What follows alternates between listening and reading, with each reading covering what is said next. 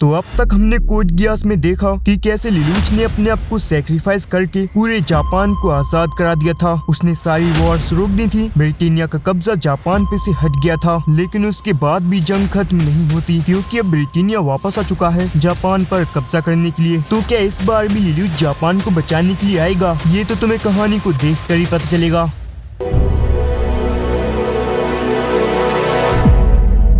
तो कहानी की शुरुआत में हमें दो एक जैसी दिखने वाली लड़कियों को दिखाया जाता है, जो कि बर्फीले मौसम में नाइटमेयर से बच के भाग रही थी। वो एक खाई के पास आकर रुक जाती हैं, जहां आगे कोई भागने की जगह नहीं थी। नाइटमेयर उन पर अटैक करते हैं, जिस वजह से वो दोनों एक दूसरे से अलग हो जाती हैं। और अब हमें बताया जाता है कि लिलुच ने ब्रिटेनिया को खत्म करके जापान को आजाद कराया, जिसके बाद सारे देशों ने एक दूसरे से समझौता किया इस दुनिया में शांति बनाए रखने के लिए। लेकिन अभी भी ब्रिटेनिया की ग्रांड मस्ती नहीं रुकती, क्योंकि ब्रिटेनिया की कुछ फोर्सेस जापान पर हमला कर देती है और जापान के होकाइडो शहर पर अपना कब्जा कर लेते हैं। और वहाँ कब्जा करने के बाद उन्होंने अपने आप को एक नया नाम दिया, जो कि था न्यू ब्रिटेनिया। उन्होंने जापान के लोगों की फिर से मारना शुरू कर दी। हालात वापस पहले जैसे ही हो गए, जब ब्रिटेनिया जापान पर कब्जा करता था और उसे एरिया 11 कहकर बुलाता था, और जापान के लोगों को भी 11 कहा जाता था। जिसके बाद हमें दो भाइयों को दिखाया जाता है, जिसमें से एक का नाम होता है ऐश और एक का नाम होता है रोज। वो दोनों हंटर्स हैं, जो कि पैसों के लिए मिशन करते हैं, और यहाँ वो कुछ प्लानिंग कर रहे थे। और यहाँ हम ब्रिज पे दो भाइयों को देखते हैं, जिनमें से एक का नाम होता है ग्रीट और एक का नाम होता है ग्रैन। वो दोनों यहाँ जैपनीज यानी 11 को मार रहे थे। उन्होंने सबके सामने उन लोगों को ऐसा दिखाया कि वो कोई आतंकवादी है, जिस वजह से उन्हें मारने का रीजन मिल जाए। वो जैपनीज बंदा कहता है कि तुम हमारे देश में ही आके हमें कैसे मार सकते हो, लेकिन तभी वो कहता है ऐसे, और वो उसे अपनी गोली से मार के गिरा देता है। उसने मार के उसे पानी के अंदर इसलिए गिराया ताकि वो अच्छे से पानी पी सके। ये देखकर उस बंदे की वाइफ रोने लगती है। तभी ग्रेट का भाई गिरन आकर उससे कहने लगता है कि मुझे माफ कर दो, ये मेरे भाई की ग्रांड मस्ती है जो मैं नहीं रोक सकता। लेकिन वो औरत उस पर भी चिल्लाने लगती है, तो गिरन प्यार से उसकी चीखें बंद कर देता है, यानी उसे भी उसके पति के पास पहुंचा देता है। तुम 11 को अपनी औकात नहीं भूलनी चाहिए। तुम्हारा पुराना लीडर जुगो सुमेरागी अब मर चुका है, उसकी बेटी साकुया सुमेरागी भी हमारी जेल में है। हमें पता चलता है कि इन लोगों ने होकाइडो शहर को एक स्टीम वॉल से कवर कर दिया है, जिसके ना तो अंदर से कोई बाहर जा सकता, ना कोई बाहर से अंदर आ सकता है। यानी इन्होंने पूरे जापान के होकाइडो शहर को अपने कब्जे में कर लिया है। तुम्हें यहाँ बचाने कोई भी नहीं आ सकता, वो साले ब्लैक नाइट भी नहीं, और तुम साले कीड़ों की तो हमारे सामने खड़े होने की औकात भी नहीं है। जिसके बाद वो उन सबको अपनी प्यारी गन से मार देते हैं, और इससे उन दोनों भाइयों को बिल्कुल भी फर्क नहीं पड़ता। और अगले दिन जब न्यूज आती है, तो उन जैपनीज बंदों को ऐसे दिखाया जाता है कि वो आतंकवादी हैं, और न्यू ब्रिटेनियंस ने उन्हें चौको देखकर बहुत सही काम किया। ये न्यूज ऐश और रोज भी सुन रहे थे, पर उन्हें सच्चाई पता थी कि यहाँ क्या हुआ होगा। तभी उनकी गाड़ी की बैटरी लो हो जाती है, तो वो बैटरी को चार्ज करने के लिए उसके स्टेशन पर रुकते हैं, जहाँ पर उस दुकान का ओनर वहाँ पर काम करने वाली लड़की को सजा दे रहा था, क्योंकि वो एक जैपनीज यानी 11 है, और उसने थोड़ा सा ऑयल भी गिरा दिया था। वो उसको मारने ही वाला था कि तभी ऐश आकर उसे रोक लेता है, और उस बंदे के एटीट्यूड को देखकर ऐश उसे चाकू देने ही वाला था, पर तभी रोज आकर उसे रोक लेता है और उसे थोड़ा शांत होने के लिए कहता है, हाँ मोटे भाई साहब आप गुस्सा मत होइएगा, वो क्या है ना मेरे भाई को बहुत जल्दी गुस्सा आ जाता है। एक काम करिए, आप मेरे साथ आइए, मैं आपसे कुछ बातें करना चाहता हूँ। रोज उस बंदे को कोने में ले जाता है, और पता नहीं उसके साथ ऐसी क्या बातें करता है कि वापस आकर वो बंदा बहुत अच्छा हो जाता है। वो उस लड़की से माफी मांगता है कि उसने उसके साथ बुरा किया। ये देखकर वो लड़की शॉक हो जाती है कि बहन चो तुमने ऐसा क्या किया भाई इसके साथ। रोज कहता है मैं तुम्हें नहीं बता सकता, क्योंकि ये एक सीक्रेट है, तुम बस ये मान लो कि मैं एक जादूगर हूँ। वहीं हम एक जगह ब्लैक नाइट्स के ग्रुप को दिखते हैं, जहाँ पर वो लोग ऐश और रोज की बात कर रहे थे कि कैसे ये दोनों भाई ब्रिटेनियंस हैं, लेकिन ये दोनों जैपनीज लोगों का साथ देते हैं और पैसे लेकर मिशन करते हैं। और हमें पता चलता है कि रोज और ऐश वो भी ब्लैक नाइट के साथ मिलकर एक काम करना चाहते हैं, पर इन लोगों को उन पर शक है कि ये कोई उनकी चाल ना हो। और वहीं उन दोनों भाइयों को एक नदी के किनारे एक बॉक्स मिलता है, जिसमें कोई अपनी कैट्स को छोड़ गया था। रोज को भी वो बहुत ज्यादा प्यारी लगती है, पर वो ऐश से पूछता है कि क्या तुम इन्हें अपने पास रखने का तो नहीं सोच रहे, हमारे पास पहले से ही तुम्हारी वजह से बहुत सारे पेट्स हैं, क्या तुम इन्हें भी अपने साथ रखना चाहते हो, क्योंकि उसे पेट्स बहुत ज्यादा पसंद है, वो नहीं चाहता कि इनके साथ कुछ बुरा हो। तो अंदर आकर रोज उसे कहता है कि अब हमारे पास बहुत सारे पेट्स हो गए हैं, कहीं ऐसा न हो कि आगे चलकर हमें इनकी दुकान खोलनी पड़े। वैसे ये बिजनेस का अच्छा आइडिया है ना। जिसके बाद वो दोनों एक थिएटर में आते हैं, जहाँ उन्हें मिशन देने के लिए एक लड़की ने उन्हें बुलाया था। वो रेसिस्टेंस नाम की ऑर्गेनाइजेशन में काम करती है। ये ऑर्गेनाइजेशन भी ब्लैक नाइट की तरह ब्रिटेनिया के खिलाफ है। वो इन्हें मिशन देती है कि उन्हें उन दोनों भाइयों को मारना है। वहीं दोनों पागल भाई ग्रीड और ग्रेन उन्हें मारकर उन्हें उनके बेस को डिस्ट्रॉय करना है, क्योंकि ये साले दुनिया के सामने दावा करते हैं कि आतंकवादियों को खत्म कर रहे हैं, लेकिन ऐसा बिल्कुल भी नहीं है। ये बस अपने मजे के लिए जापानीज लोगों को मार देते हैं, उन्हें आतंकवादियों का दर्जा देके। इस लड़की ने अपना नाम ब्लैक कैट बताया था। वो उनसे कहती है कि तुम लोग यही काम करते हो ना, तो हमारी ऑर्गेनाइजेशन तुम्हें मिशन देती है कि तुम्हें इन दोनों भाइयों को चाकू देना है। रोज कहता है तो ठीक है, तो अब हमें दो ब्रिटेनियन भाइयों को मारना है जो कि नोबल फैमिली से बिलोंग करते हैं और न्यू ब्रिटेनिया की मिलिट्री में बहुत बड़ा रोल निभाते हैं। उन्हें हराना बच्चों का तो काम बिल्कुल भी नहीं होने वाला, जिसका मतलब मुझे मजा आने वाला है। वो उस लड़की से कहते हैं कि तुम बिल्कुल भी टेंशन मत लेना, हम दोनों भाई दोनों तबाही हैं, ये काम कर देंगे। जिसके बाद हम ग्रीड को देखते हैं जो कि अपने बेस के ऑफिस में बैठा हुआ था और अंदर से ही ग्रेन को कमांड कर रहा था, जो कि बाहर नाइटमेयर में अपने साथियों के साथ इस इलाके पर पहरा दे रहा था। पर तभी ग्रेन को रोड के बीचों बीच एक अजीब सा बड़ा सा बॉक्स मिलता है। उसके बारे में ग्रीड को जब बताता है तो वो उन्हें ऑर्डर देता है कि उस पर फायर करो, और उनके फायर करते ही उसमें से एक नाइटमेयर निकलता है जो कि किसी और का नहीं बल्कि एस और रोज का था। उन्होंने अपना मिशन शुरू कर दिया है और ग्रीड और ग्रेन की उनके नाइटमेयर को देखकर गांठ फट जाती है, क्योंकि उन्होंने ऐसा नाइटमेयर कभी नहीं देखा था। ग्रेन उन्हें देखकर कहता है, अरे तुम तो वही आटू झाटू भाई हो ना, जो कि ब्रिटेनियन है लेकिन जापानीज के टट्टे चाटते हैं, यानी उनका साथ निभाते हैं। पर बच्चों ये तुम्हारी आखिरी लड़ाई होगी, इसके बाद तो तुम कभी लड़ ही नहीं पाओगे। और ये कहते ही वो वहाँ से गायब हो जाती हैं। ये देखकर वो भी शॉक हो जाते हैं कि ये क्या हुआ एकदम से, कहीं ऐसा तो नहीं कि ये हमारी औकात के बाहर हो। तो अंदर बैठकर ग्रेन उन्हें ऑर्डर देता है, ग्रीड तो तुम उन्हें दिखा दो कि क्या होता है जब कोई हम दोनों भाइयों से पंगा लेता है। ऐश और रोज उनके बेस के बहुत ज्यादा नजदीक चली जाती हैं, जो देखकर ब्लैक कैट नाम की लड़की कहती है कि ये दोनों भाई तो कमाल की हैं, हमारी तो कभी भी इतनी औकात नहीं थी कि हम इतने अंदर चले जाएं। ऐश रोज के लिए रास्ता बनाता है जिससे वो उसके अंदर जा सके और ऐश बाहर का मामला सुलझाता है। ग्रेन अपने बदमाश बंदे और नाइटमेयर को लेके ऐश के पीछे पड़ जाता है। वो लोग उसे चारों ओर से घेरने लगते हैं, लेकिन ऐश बहुत ही तगड़ा फाइटर है। वो उन सबको चाकू दे रहा था, जिस वजह से ग्रीड के पास डर का माहौल था। और तभी यहाँ रोज आ जाता है, जो देखकर उसकी फट जाती है। वो उससे पूछता है कि इतनी सिक्योरिटी होने के बाद भी तुम यहाँ अंदर कैसे आए? अरे छोड़ो ना भाई, मैंने उन्हें सुला दिया है, अब हम दोनों एक कमरे में बंद हैं और चाबी खो जाएगी। लेकिन तब भी ग्रीड की गांड में से एटीट्यूड नहीं जाता। वो उससे पूछता है, तो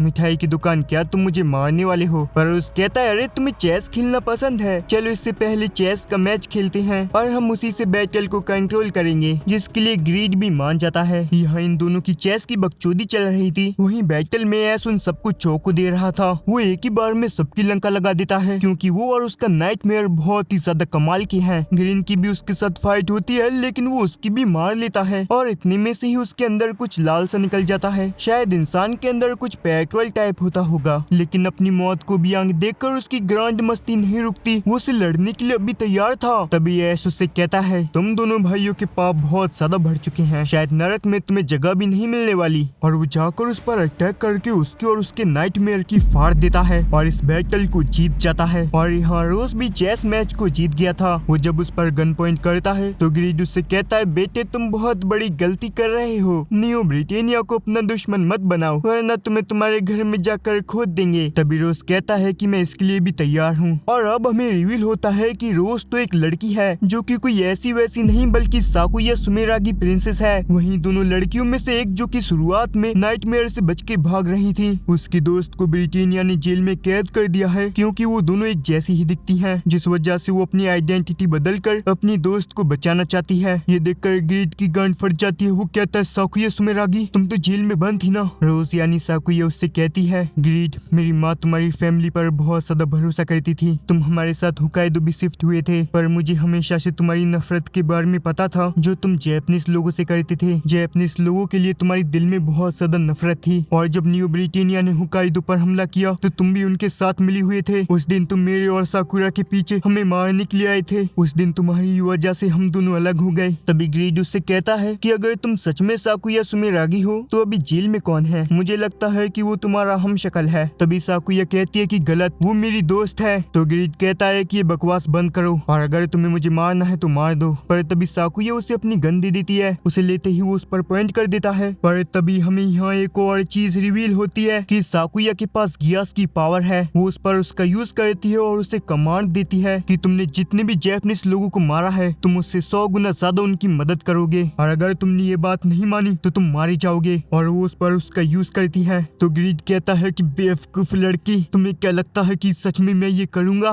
उनका मिशन पूरा हो जाता है तो ब्लैक कैट को सिग्नल दे देते हैं और तभी हमें पता चलता है कि ये बंदी रेसिस्टेंस ग्रुप की लीडर है, जो कि बात रोज और एस को पहले से ही पता थी। और यही नहीं, उन दोनों को उसका असली नाम भी पता था, जो कि था हारुका रुताका। और ये देखकर तो वो पूरी शॉक हो चुकी थी, तो वो उन्हें और मिशन देने के लिए रेडी हो जाती है, जो देखकर वो भी खुश थे, जिससे उन दोनों को पता चल जाता है कि चलो इन्हें हम पर भरोसा हो चुका है। और अगले ही सीन में हम देखते हैं जहाँ वो दोनों ब्लैक नाइट्स के साथ थे और दूर से अबाशिरी प्रिजन को दिखती हैं, जिसमें साकुरा कैद है और उनका मिशन है उसे बचाना। और साकुया ने अपनी आइडेंटिटी बस इसलिए छुपाई हुई है जिससे किसी को भी पता ना चल सके कि असली साकुया सुमेरागी यानी प्रिंसेस वही है, और जो वहाँ जेल में है वो उसकी दोस्त है, जो कि बस उसकी ही तरह दिखती है। अब अगले सीन में हम देखते हैं जहां रेसिस्टेंस ग्रुप के लोग ब्रिटेनिया की अबाशिरी जेल पर हमला कर देते हैं अपने लीडर क्रूतो को अकेले ही बचाने के लिए। लेकिन ब्रिटेनिया के डिफेंस सिस्टम के आगे वो भी कम पड़ रहे थे और ब्रिटेनिया उन्हें मिसाइल छोड़कर हरा देती है और उनका ये मिशन फेल हो जाता है। वो अपने लीडर क्रूतो को नहीं बचा पाते और ये खबर ब्लैक नाइट और रेसिस्टेंस ग्रुप के बाकी के लोगों को भी पता चल जाती है, जो कि एस और रोज के साथ तभी अबाशिरी जेल में घुसने का प्लान बना रहे हैं, क्योंकि उन लोगों का अगला मकसद है प्रिंसेस साकुया को बाहर निकालना।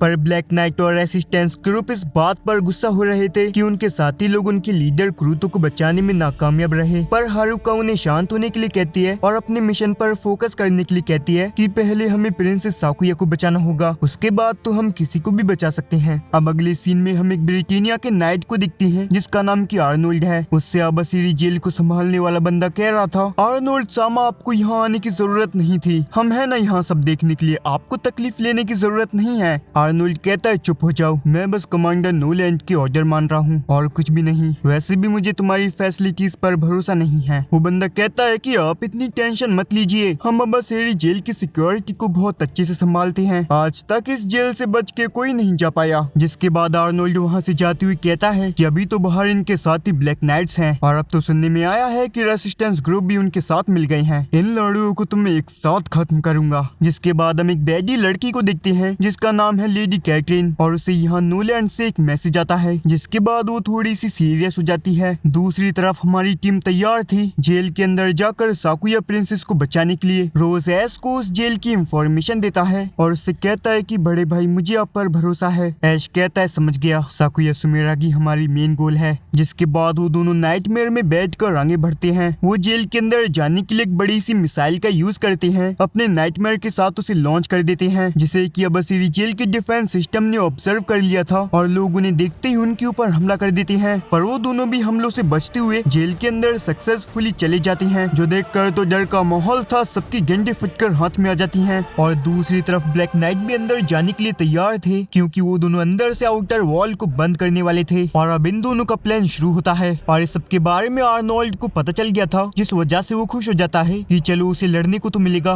पर डिफेंस सिस्टम की बुंद फटी हुई थी कि बहन चौधरी हमारी नजर में होती हुई ये सब कैसे हो गया, अंदर कैसे आगे सालिए। लेकिन तभी वहाँ रोज आ जाता है और उस पर अपना ग्यास यूज कर उसे कमांड देता है कि वो सारे कैदियों को आजाद कर दे। तो कमांड को मानते हुए सारे कैदियों को आजाद कर देता है, जो देखकर वो सभी ब्लैक नाइट की मेंबर शॉक हो जाती हैं कि ये कैसे हो गया। लेकिन हमें क्या बहन चौध, हम तो आजाद हो गए ना। वहीं बाकी के ब्लैक नाइट के मेंबर भी यहाँ आ जाते हैं और वो सभी तो ये देखकर शॉक थे कि इन दो बंदों ने ही ये काम कर दिया। वहीं जेल के अंदर वो साकुरा के पास आता है और वहाँ साकुया अपनी रियल आइडेंटिटी में आती है। तो साकुया को देखकर साकुरा बहुत ज्यादा खुश होती है और खुशी के साथ ही वो दोनों काफी ज्यादा इमोशनल भी हो जाते हैं। साकुया उससे माफी मांगती है क्योंकि वो उसके बदले जेल के अंदर चली गई। साकुरा कहती है छोड़ो ना ये सारी बातें, मैं तो ये कह रही हूँ कि आपको यहाँ आना ही नहीं चाहिए था, अगर आपको कुछ हो जाता तो। पर वो उससे कहती है नहीं साकुरा, तुमने मुझे हमेशा बचाया है, बचपन से लेके अब तक तुमने मेरा हर चीज में साथ दिया है, तो मैं तुम्हारी मदद कैसे नहीं करती। तभी अंदर एक सिक्योरिटी गार्ड आता है जिस पर साकुया ने अपनी ग्यास को यूज कर रखा था। वो उन्हें इंफॉर्मेशन देता है कि आपको संभल के रहना होगा क्योंकि यहाँ कैटरीन आ रही है साकुरा सुमेरागी को दूसरी जगह पर ले जाने के लिए। जो सुनकर साकुया शॉक हो जाती है कि क्या व्हाइट क्वीन कैटरीन आ रही है। साकुरा देखो मैं बाद में तुम्हें ये सारी चीजें बता दूंगी, अभी यहाँ से चलो। वहीं दूसरी तरफ सारे ब्लैक नाइट के मेंबर अंदर आ जाते हैं और इन्हीं के नाइटमेयर्स पर कब्जा कर लेते हैं और अब ये सारे लोग तबाही मचाने के लिए तैयार थे। हारुका भी पूरी तैयार थी और तभी यहाँ अपने नाइटमेयर में बैठकर आर्नोल्ड आता है, जो कहता है कि मुझे तो पता था कि इनका डिफेंस सिस्टम एकदम आटू झाटू है, पर कोई बात नहीं, मैं हूँ ना यहाँ, तुम सबको पकड़ के यहीं खोद दूंगा। और वो अपने सारे नाइटमेयर्स को ऑर्डर देता है इनसे लड़ने के लिए, जिसके बाद तो यहाँ तबाही मचना स्टार्ट हो जाती है। सभी लोग अपने तरीके से एक दूसरे की ले रहे थे, पर लड़ते हुए हारुका के नाइटमेयर में दिक्कत हो जाती है, जिस वजह से उसे बैटल फील्ड को छोड़ना पड़ता है। पर यहाँ हमारा ऐश आ चुका था, जो कि आर्नोल्ड से फाइट कर रहा था, और आर्नोल्ड उसकी दमदार पावर को देखकर कहता है, तुम्हारा नाइटमेयर तो बड़ा ही तगड़ा है भाई, कौन हो वैसे तुम? लेकिन ऐश आटू झाटू के सवालों का जवाब नहीं देता। और इधर साकुया जब साकुरा को यहाँ से ले जा रही थी कि तभी वहाँ अपने नाइटमेयर को लेकर कैटरीन आ जाती है और उन पर हमला करके साकुरा को वहाँ से ले जाने लगती है, क्योंकि उनकी नजर में तो वही अभी प्रिंसेस साकुया है। रोज यहाँ पर कुछ नहीं कर पाता, वो उस पर अटैक करती है, लेकिन वो सिक्योरिटी गार्ड आकर उसे बचा लेता है और उसके लिए अपनी जान दे देता है। ये सब देखकर साकुया सोचती है कि इस बार भी हम अलग हो गए, लेकिन हर बार मैं ऐसा नहीं होने दूंगी। अगली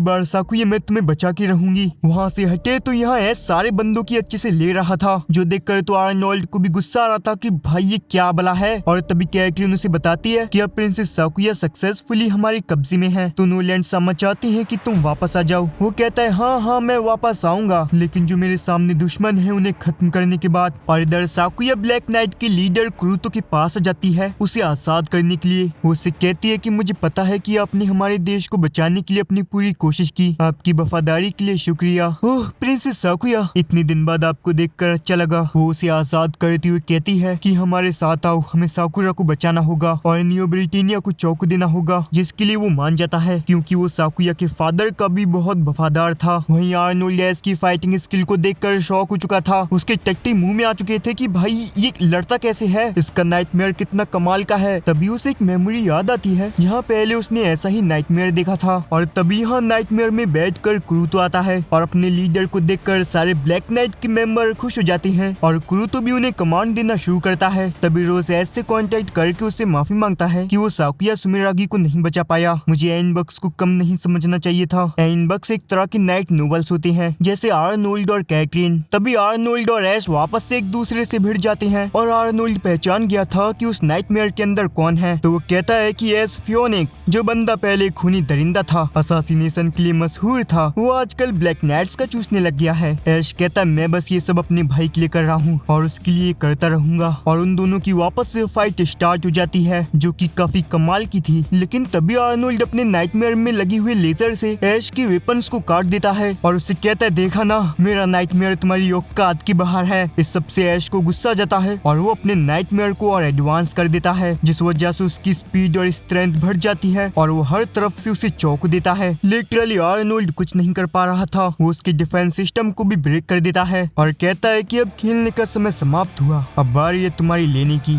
और वो सीधा जाकर उसकी नाइटमेयर उसकी ले भी लेता है जान। उनका मिशन 50% कंप्लीट हो गया था, क्योंकि उन्होंने आर्नोल्ड को तो मार दिया और कुरुतो को भी बचा लिया, पर वो प्रिंसेस साकुया यानी साकुरा को नहीं बचा पाए। लेकिन कोई ना अगली बार देखा जाएगा। जिसके बाद वो अपने बेस पर आकर पार्टी करते हैं और इनके बेस का नाम है 7 शाइनिंग स्टार। हारुका की दोस्त भी उसे खुश होने के लिए कहती हैं, क्योंकि अब सब कुछ बदलने वाला है, होकाइडो शहर आजाद हो जाएगा। रोज कहता है कि हमने 3 नोबल्स को खेल से बाहर कर दिया, यानी एंसबर्ग्स को, पर इसी वजह से उनकी और सुलग जाएगी, जिस वजह से हम पर कभी भी हमला हो सकता है। न्यू ब्रिटेनिया के तो लगे हुए हैं। तभी ऐश आकर उससे पूछता है कि वो लोग साकुया सुमिरागी को कहाँ ले गए होंगे। वो बताता है कि वो उसे न्यू ब्रिटेनिया के ऑफिस में ले गए होंगे, जिस वजह से आगे की चीज हमारे लिए आसान नहीं होने वाली। और वो ऐश से पूछता है कि ऐश, तुम्हारे लिए सबसे ज्यादा जरूरी इंसान कौन है। तभी एक फ्लैशबैक के बाद जहाँ साकुया उस पर अपना गियास यूज करती है, उसके बाद वो कहता है कि वो जरूरी इंसान तुम हो, मेरे छोटे भाई। और तब ऐश यहाँ से जाने लगता है, तो रोज कहता है कि बस एक बार साकुरा मैं तुम्हें बचा लूं, उसके बाद ये सब खत्म हो जाएगा। एस फियोनिक्स, मैं तुम्हें मार के अपने पापा की जान का बदला लूंगी। और यहाँ हमें रिवील होता है कि ऐश ने ही साकुया के फादर को मारा था, लेकिन अभी रीजन नहीं बताया जाता कि उसने क्यों मारा, पर साकुया अपना पूरा काम होने के बाद उसे मार देगी। अभी तो उसने उस पर गियास यूज किया हुआ है, जिस वजह से वो उसकी सारी बातें मानता है।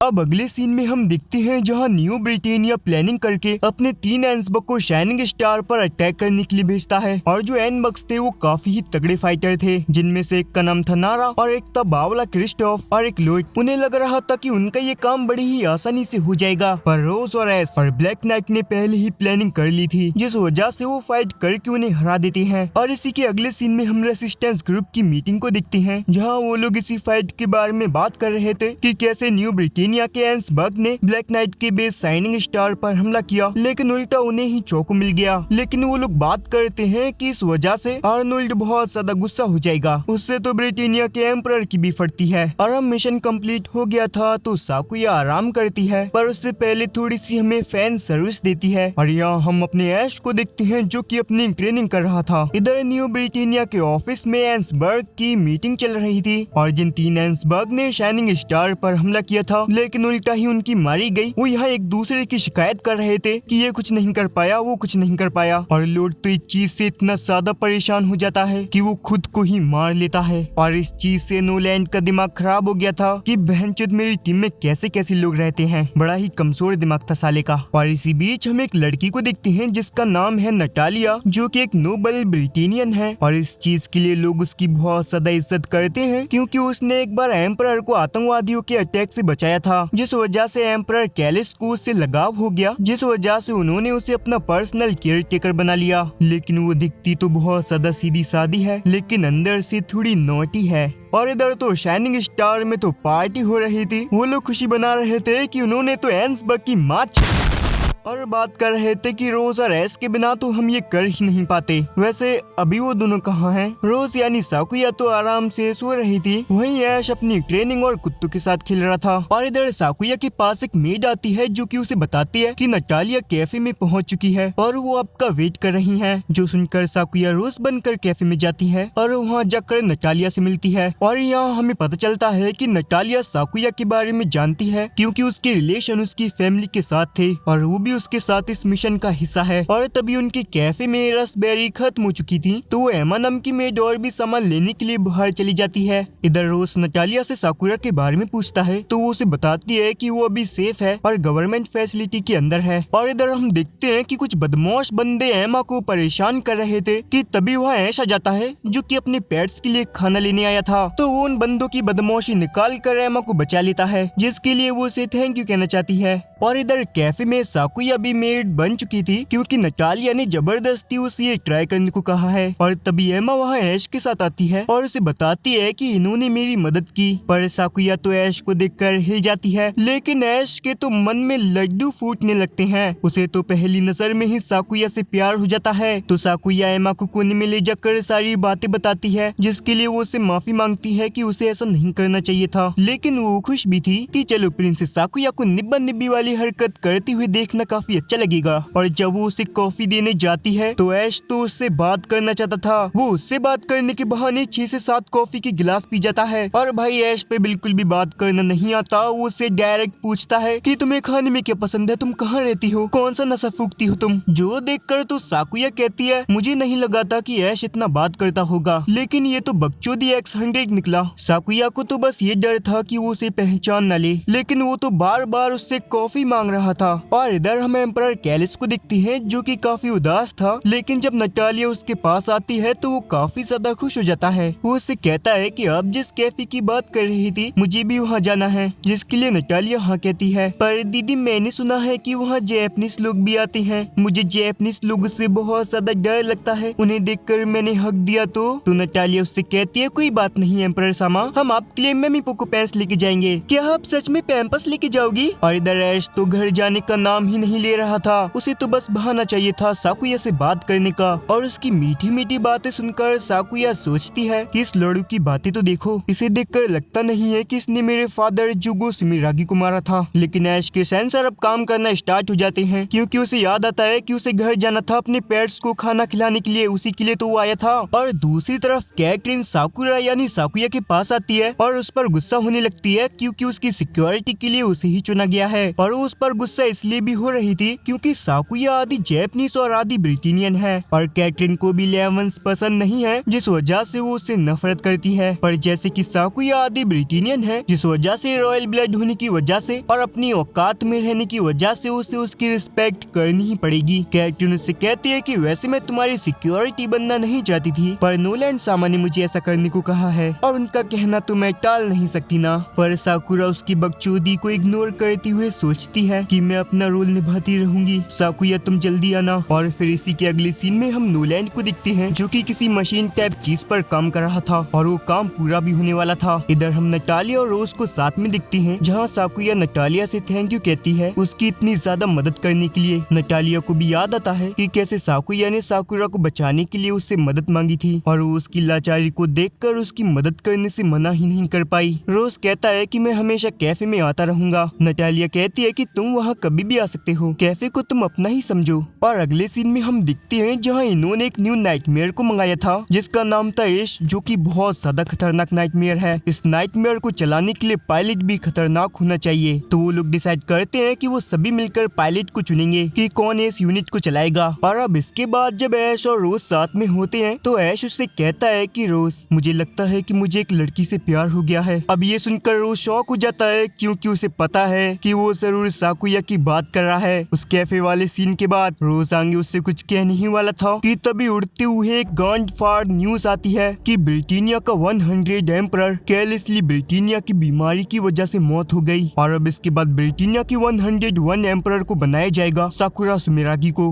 क्योंकि वो हाफ जैपनीज है और हाफ ब्रिटेनियन, जिस वजह से जापान के लोगों का भी न्यू ब्रिटेनिया पर ट्रस्ट बना रहेगा क्योंकि उनकी प्रिंसेस भी एम्परर बन चुकी है। और इसी चाल का यूज करके न्यू ब्रिटेनिया जापान को मैनिपुलेट कर सकता है। ये न्यूज सुनकर असली साकुया कहती है साकुरा मुझे माफ करना, मैंने जैसा सोचा था वैसा तो हुआ ही नहीं, मैं कामयाब होने वाली थी कि तभी ये हो गया, शायद उस बंदे ने सही कहा था। और हम एक पास्ट का सीन दिखाया जाता है जहाँ एक बंदा साकुया को ग्यास देते हुए कहता है कि पावर ऑफ द किंग तुम्हें अकेलेपन की सजा देगी, ये तुम्हारे सबसे कीमती लोगों को तुमसे दूर कर देगा। साकुया कहती है तो उसका मतलब ये था। और अब इसी के अगले सीन में हम किसी दूर जगह पर सीडू को देखते हैं जो कि लिली उससे पूछती है कि बताओ तुमने उस साकुया नाम की लड़की को ग्यास क्यों दी, क्या ये बस तुम्हारे मजे के लिए था? पर लिल्यूच उसकी बात का सीधा जवाब नहीं देता और कहता है कि किसे पता, हम वैसे भी नॉर्मल लोगों से बहुत अलग हैं। और हम देखते हैं कि साकुया को न्यू ब्रिटेनिया की एम्प्रेस बना दिया जाता है जिस वजह से हर तरफ इसी के बारे में बातें हो रही थी। और इधर कॉर्नेलिया ब्लैक नाइट के हेचिहोन बेस पर कांटेक्ट करती है और उनसे कहती है कि साकुया को एम्प्रेस बनाना न्यू ब्रिटेनिया की चाल है, वो इसी से जैपनीज लोगों को मैनिपुलेट करना चाहती हैं। तभी वो बंदा कहता है मिस कॉर्नेलिया आपको और मिस्टर टोडो को हमारे साथ होना चाहिए था, अगर आप उस समय हमारे साथ होती तो हम वो वॉर नहीं हारते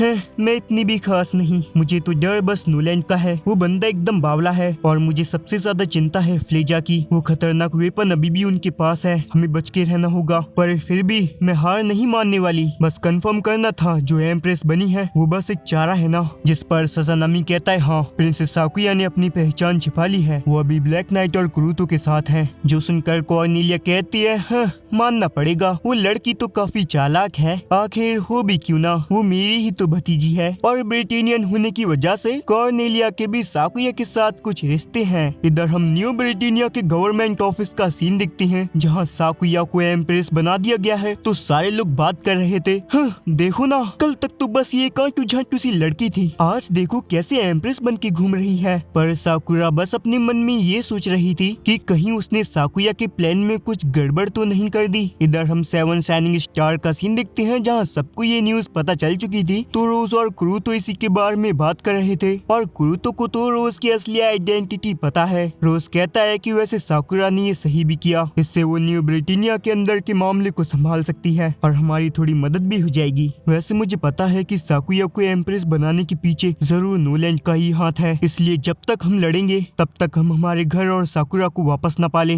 पर जब वो बाहर आकर देखते हैं तो ब्लैक नाइट के मेंबर्स में मामला थोड़ा गर्म हो रहा था। वो बात कर रहे थे कि अब प्रिंसेस साकुया को एम्प्रेस बना दिया गया है, वो न्यू ब्रिटेनिया के साथ मिलकर हमसे गद्दारी क्यों कर रही है। पर कुछ बंदे कह रहे थे कि उनके बारे में ऐसा मत बोलो, क्या पता वो ये सब करके हमारा भला करना चाहती हूँ। और तभी बीच में एक और बंदा बोलता है कि हे सुनो, तुम्हें इस बात को भूलना नहीं चाहिए, जब हमारे मास्टर जुगो इस बेस को बचाने के लिए लड़ाई कर रहे थे और न्यू ब्रिटेनिया उन पर कब्जा करना चाहती थी, तो प्रिंसेस शेरी यानी प्रिंसेस साकुया की मदर ने हमारी बहुत मदद की थी, हमें इस बात को भी भूलना नहीं चाहिए। दूसरी तरफ हम न्यू ब्रिटेनिया की जेल का सीन देखते हैं जहाँ क्रिस्टोफ उसी बंदे को टॉर्चर कर रहा था जिसने रोज के गियास के कंट्रोल में आकर अबासीरी जेल के दरवाजों को खोल दिया था, जिससे सारे कैदी आजाद हो गए थे। और इसी वजह से क्रिस्टोफ उसे टॉर्चर कर रहा था और उससे पूछ रहा था कि मदर फादर तूने दरवाजा खोला ही क्यों। वो बंदा मना कर रहा था कि मैंने ऐसा नहीं किया, मुझे तो पता भी नहीं कि क्या हो गया एकदम से। हाँ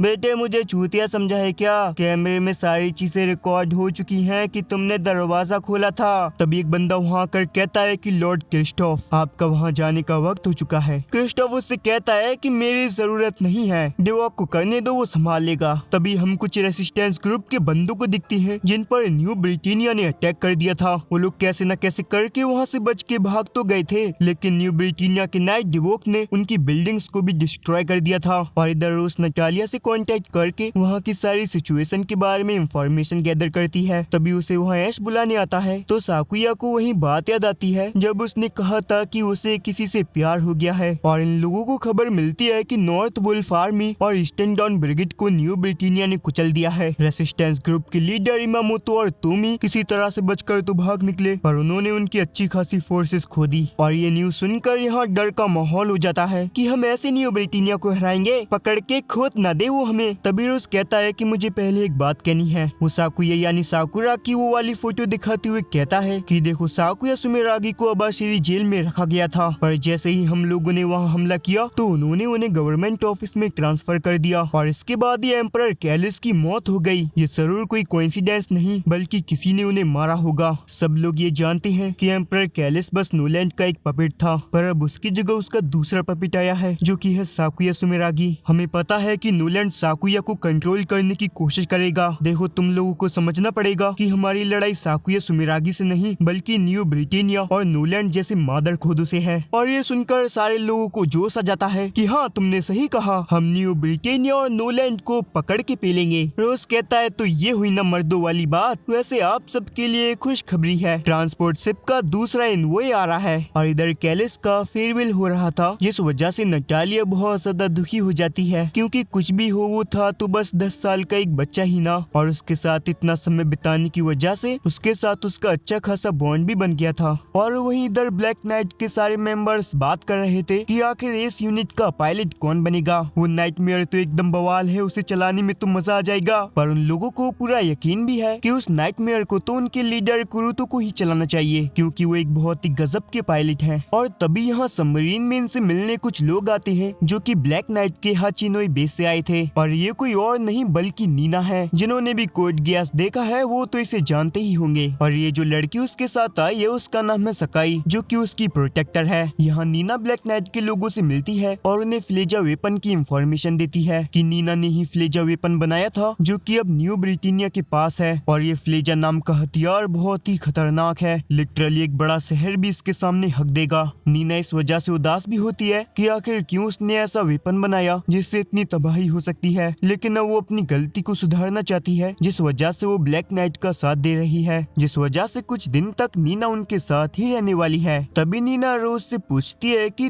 तुम तो एक ब्रिटेनियन हो ना, तो तुम हमारे साथ क्यों हो? रोज कहता है वैसे बहन तुम भी एक ब्रिटेनियन हो, तुमने भी तो यहाँ आकर बहुत बड़ा रिस्क लिया है, पर मैं सच बताऊं तो मैं किसी को बचाना चाहता हूँ, उसके लिए मैं कुछ भी करूँगा। जिसके बाद इनसे मिलने यहाँ इवामोतो और तोमी की टीम आती है, जो कि बुरी तरह से हार गए थे। तोमी उनसे कहता है कि हमें अच्छे से पता है कि तुम हमें यहाँ क्यों लाए हो, क्योंकि तुम नॉर्थ वुल्फ आर्मी और ईस्टर्न डाउन ब्रिगेड के साथ कुछ प्लान कर रहे हो, तुम दोनों को ही अपने कंट्रोल में लाना चाहते हो। कुरुतो उनसे कहता है कि ऐसा नहीं है, हम लोग अपने वजूद के लिए लड़ रहे हैं। ब्रिटेनिया उन सभी ऑर्गेनाइजेशन पर हमला कर रहा है जो भी उसके खिलाफ हैं, और अब यही वक्त है कि हम साथ मिलकर लड़ें। रोज कहता है तुम चिंता मत करो, अगर तुम हमारे साथ हो जाओगे तो हम तुम्हें एडवांस नाइटमेयर्स और बाकी के वेपन्स देंगे। लेकिन वो इस ऑफर को ठुकरा देते हैं और कहते हैं कि हमें तुम्हारा एहसान नहीं चाहिए। अगर तुम्हें हमें ज्वाइन ही कराना है तो हमारी भी अलग से ऑर्गेनाइजेशन बनाओ, और अगर तुम्हें ये मंजूर नहीं है तो हम यहाँ से जा रहे हैं। तभी रोज उन्हें रोकते हुए कहता है कि वैसे देखो तुम्हारी औकात अभी इतनी है नहीं और तुम भैया थोड़े से चूतिया भी हो, जिस वजह से वो दोनों गुस्सा हो जाते हैं कि हाँ देखो तो अब एक मीठा हमें बताएगा कि हमें आगे क्या करना चाहिए, जा बे चाशनी जा यहाँ से। लेकिन तभी रोज उन्हें अपना नरूटो वाला ज्ञान देना शुरू करता है कि हम लोगों को एक अलायंस बनानी चाहिए, और वो उन्हें एक और ऑफर देता है कि लड़ाई के दौरान इवामोतो नॉर्थ वुल्फ आर्मी को लीड करेंगे और तुम ही करेंगे ईस्टर्न डाउन ब्रिगेड को, और इसी बीच उनकी सप्लाईज भी रुकेंगी नहीं, उन्हें पूरी सुविधा दी जाएगी। और अब उन दोनों को भी उसका ऑफर अच्छा लगता है, जिस वजह से थोड़ी औकात में आने के बाद वो दोनों मान जाते हैं और उनके साथ अलायंस बनाने के लिए तैयार हो जाते हैं। वहीं उसके बाद एस यूनिट के पायलट को चुना जाता है हारुका को, जो सुनकर वो खुश हो जाती है। और ये फैसला ऐसे ही नहीं लिया गया, ये फैसला कुरुतो और रोस ने मिलकर लिया है। हालांकि शुरुआत में तो उसे कंट्रोल करने में थोड़ी दिक्कत होगी, लेकिन टाइम के साथ वो परफेक्ट हो जाएगी। और इधर नोलैंड डिवोक को एक काम करने के लिए ऑर्डर देता है, जिसे करने के लिए वो काफी ज्यादा एक्साइटेड हो जाता है, और अगले ही पल न्यूज पे आके अनाउंस करता है कि हमें सेपोरो गेटो पर बहुत पहले से शक था कि वहाँ बहुत सारे आतंकवादी छिपे हुए हैं, और ये बात सच में निकली है। तो हम लोगों ने फैसला किया है कि हम फ्लेजा का इस्तेमाल करके उन लोगों को मिटा देंगे। 11 हमसे बचकर भाग नहीं सकते, और डिवोक इस ऑपरेशन को करने वाला है डेमोक्लस शिप के साथ। डेमोक्लस शिप से ही फ्लेजा वेपन को चलाया जाता है, जिस वजह से ब्लैक नाइट में थोड़ा डर का माहौल हो जाता है कि क्या अब हम लोग डेमोक्लस का सामना कर पाएंगे, क्या हमारी इतनी औकात है। तो रोज उन्हें शांत होने के लिए कहता है कि देखो कभी न कभी तो न्यू ब्रिटेनिया से हमारी जंग होती और हमें डेमोक्लस का भी सामना करना पड़ता, और अब ये मत भूलो कि हमारे पास भी एक ऐसा वेपन है जो फ्लेजा वेपन को डिस्ट्रॉय कर सकता है, और इस वेपन का नाम है फ्लेजा एलिमिनेटर। अब डेमोक्लस भी हमारा कुछ नहीं कर पाएगा। और अब डिवोक भी पूरी न्यू ब्रिटेनिया आर्मी के साथ डेमोक्लस को लेकर सेपोरो गेटो की ओर निकल पड़ता है, उसे पूरी तरह से तबाह करने के लिए। और उसके साथ नारा भी जा रही है, जो कि ग्राउंड आर्मी को लीड करेगी, और डिवोक ऊपर का मामला संभालेगा, और सेपोरो गेटो में जितने भी जैपनीज लोग छिपे हुए हैं उन्हें फ्लेजा वेपन का इस्तेमाल करके खत्म कर देगा।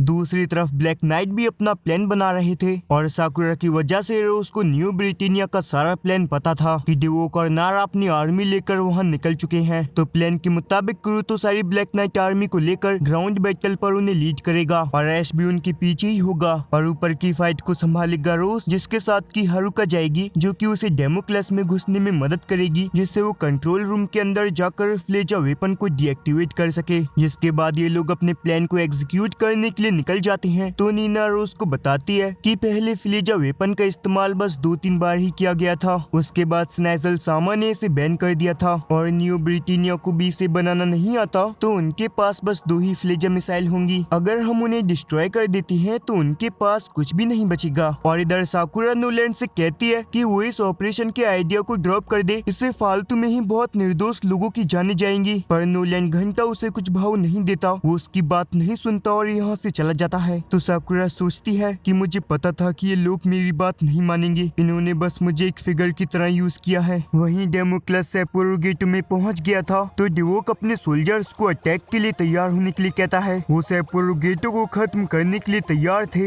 लेकिन तभी उन्हें एक सरप्राइज मिलता है, क्योंकि ब्लैक नाइट के मेंबर्स यहाँ पहले से ही छिपे हुए थे, वो यहाँ पहले से ही आ गए थे, और वो लोग मिलकर उन्हीं पर अटैक करना शुरू करते हैं। ये देखते ही नारा अपने नाइटमेयर को लेकर नीचे चली जाती है, जिससे वो ग्राउंड बैटल को संभाल पाए। ये देखकर तो डिवोक की फट चुकी थी कि इन सालों को हमारे प्लान के बारे में पता कैसे चल गया, और तभी पीछे से अपनी आर्मी लेकर रोज आ जाता है। पर डिवोक को अभी भी थोड़ा सा कॉन्फिडेंस था, क्योंकि डेमोक्लस में एक सील्ड लगी हुई है, जिसे कि कोई भी आटू झाटू हथियार नहीं तोड़ सकता, जिस वजह से बाहर से कोई अंदर भी नहीं आ पाएगा। लेकिन रोज ने पहले ही इसका जुगाड़ कर लिया था, उसने नीना की मदद से एक सील्ड एलिमिनेटर बनाया था, जिसका यूज करके वो सील्ड को डीएक्टिवेट कर देता है और उसके अंदर चला जाता है। ये देखते ही डिवोक को तो और ज्यादा गुस्सा आ जाता है, और वो डिसाइड करता है कि वो खुद बाहर जाकर उनसे लड़ेगा। और अब इधर से रोज का प्लान था कि वो अब खुद डेमोक्लस के अंदर जाएगा और फ्लेजा वेपन को सेल्फ डिस्ट्रॉय कर देगा और बाकी के लोग बाहर रहकर डेमोक्लस पर बॉम्ब लगाएंगे, जिस वजह से डेमोक्लस भी डिस्ट्रॉय हो जाए, यानी एक तीर से दो निशान। अब ऊपर की बकचोदी छोड़े तो नीचे की बकचोदी पर आते हैं, जहाँ ग्राउंड पर भी बैटल हो रही थी, जहाँ ब्लैक नाइट न्यू ब्रिटेनिया पर भारी पड़ रहे थे क्योंकि उनको कमांड कर रहा था क्रूतो। क्योंकि इन लोगों ने पहले से ही प्लानिंग कर रखी थी तो वो इनको चारों ओर से घेर कर इनकी ले रहे थे और नारा सोच रही थी कि ये साले कहाँ छिपे हुए हैं, एक बार सामने आ जाए तो सबको चौंकू दूंगी। वहीं डेमोक्लस पर बाकी के ब्लैक नाइट्स ने बॉम्ब लगा दिए थे, लेकिन तभी बीच में ग्राउंड मस्ती करने डिवोक आ जाता है, जो कि आते के साथ ही टॉमी से भिड़ जाता है। इसी बीच रोज डेमोक्लस के अंदर कंट्रोल रूम में आ चुका था, लेकिन वो फ्लेजा को अपने कंट्रोल में नहीं कर पाता क्योंकि वहाँ सिक्योरिटी आ जाती है, जिस वजह से उसे वहाँ से निकलना पड़ता है। और इधर डिवोक ने टॉमी की ऐसी की तैसी कर दी थी, तो उसे बचाने के लिए अपने न्यू नाइटमेयर में वहाँ हारुक आ जाती है। डिवोक को लग रहा था कि ये तो छोटी सी बच्ची है, मेरा क्या ही कर लेगी, लेकिन डिवोक उसको अंडर एस्टिमेट करके बहुत बड़ी गलती करता है, क्योंकि थोड़ी ही देर में वो उससे लड़ने के बाद उसे उसकी औकात दिखा देती है। तो अपनी औकात जानने के बाद डिवोक समझ गया था कि वो उससे नहीं जीत पाएगा, जिस वजह से उसे अपनी मुट्ठ मारने वाले हाथ को काला करना ही पड़ेगा। तो वो कायरो की तरह यहाँ से भाग जाता है और सीधा कंट्रोल रूम में जाता है, जिससे वो फ्लेजा वेपन को इस्तेमाल कर सके और इन सारे लोगों को यहीं खत्म कर दे। और तभी क्रूतो वहाँ से हारुका और बाकी के ब्लैक नाइट को वहाँ से निकलने के लिए कहता है, क्योंकि वो लोग बॉम्ब को ब्लास्ट करके डेमोक्लस को उड़ाने वाले हैं। और तभी डिवोक एक फ्लेजा मिसाइल को सेपुरो गेटो पर छोड़ देता है, पर वहाँ पर एस पहले से ही फ्लेजा एलिमिनेटर के साथ मौजूद था, जिसका यूज करके वो उस फ्लेजा वेपन को डिस्ट्रॉय कर देता है, जिससे वहाँ कुछ भी नहीं होता। लेकिन रोज कहता है कि ज्यादा खुश होने की जरूरत नहीं है, अभी भी उनके पास एक फ्लेजा बाकी है। और इसी बीच टॉमी अपने आप को सैक्रिफाइस कर देता है डेमोक्लस के एक विंग को डिस्ट्रॉय करके, जो देखकर बाकी के ब्लैक नाइट और क्रूतो उसे सैल्यूट करते हैं कि तुम एक सच्चे सोल्जर थे। और उस धमाके की वजह से डेमोक्लस के फंक्शंस ने काम करना बंद कर दिया था, उसका डिफेंस सिस्टम भी काम नहीं कर रहा और अब उसमें इतनी पावर भी नहीं है कि वो दूसरी फ्लेजा को लॉन्च कर सके। न्यू ब्रिटेनिया का भी ऊपर का मामला तो खराब था, लेकिन नीचे नारा अभी भी बैटल में थी, जो कि एक एक करके ब्लैक नाइट के नाइटमेयर को चौकू दे रही थी। लेकिन उसे चौकू देने आता है ऐश, जो कि आते के साथ ही उसे उसकी औकात दिखा देता है। और जब नारा उसकी फाइटिंग स्किल को दिखती है तो उसे किसी की याद आ जाती है। लेकिन तभी यहाँ बाकी के ब्लैक नाइट्स भी आने लगते हैं, तो उसे पता चल जाता है कि यहाँ उनका जीतना मुश्किल है, तो वो अपने साथियों के साथ यहाँ से भाग जाती है। ये देखकर डेवो को गुस्सा आ जाता है कि बावली भाग क्यों गई, इतने में ही हो गया क्या तेरा। तो नारा उससे कहती है कि अब लड़ने का कोई मतलब नहीं बनता, डेमोक्लस की भी बूंद फट चुकी है, ये मिशन एक नाकामी रहा, ब्लैक नाइट्स ने हमारी कह कर ले ली। पर अब डेवो को गुस्सा जाता है, वो बिल्कुल भी हार नहीं सकता, तो वो अपने नाइटमेयर के साथ फ्लेजा वेपन को उठाकर सेपुरो गेटो की ओर जाने लगता है, उसे अपने हाथों से ही खत्म करने के लिए। इधर वो ऐश के पास आता है और अभी भी उनके पास एक फ्लेजा एलिमिनेटर मौजूद है, जिसका यूज करके वो उस फ्लेजा वेपन को डिस्ट्रॉय कर सकते हैं और सेपुरो गेटो को उससे बचा सकते हैं। तो वो दोनों जल्दी से उसके पास जाने के लिए अपने नाइटमेयर्स को एंगेज कर लेते हैं और उससे उनकी स्पीड नेक्स्ट लेवल हो जाती है। वो डिवोक के पास पलक झपकते ही पहुंच जाते हैं और जैसे ही वो फ्लेजा को इस्तेमाल करने वाला था, वो उससे पहले ही एलिमिनेटर का यूज करके उसे पूरी तरह से डिस्ट्रॉय कर देते हैं। और ये देखकर तो सारे ही ब्लैक नाइट्स खुश हो जाते हैं कि फाइनली वो लोग जीत चुके हैं, उन्होंने न्यू ब्रिटेनिया की खोल के मार ली। लेकिन ऐसा नहीं था, ब्रिटेनिया के पास अभी भी एक फ्लेजा मिसाइल बची हुई थी। हमें दिखाया जाता है नोलैंड क्रिस्टोफ को कुछ ऑर्डर्स देता है, जो करने के लिए क्रिस्टोफ मान जाता है।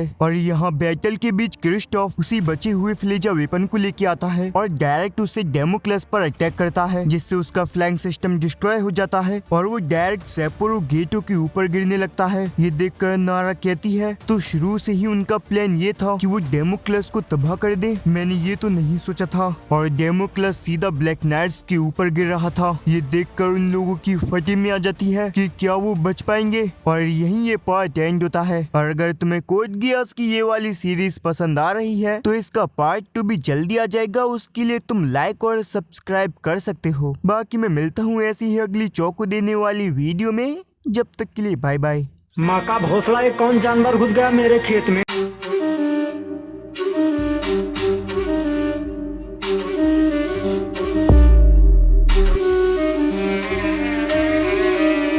लाड़ करे हम पोन्यारे।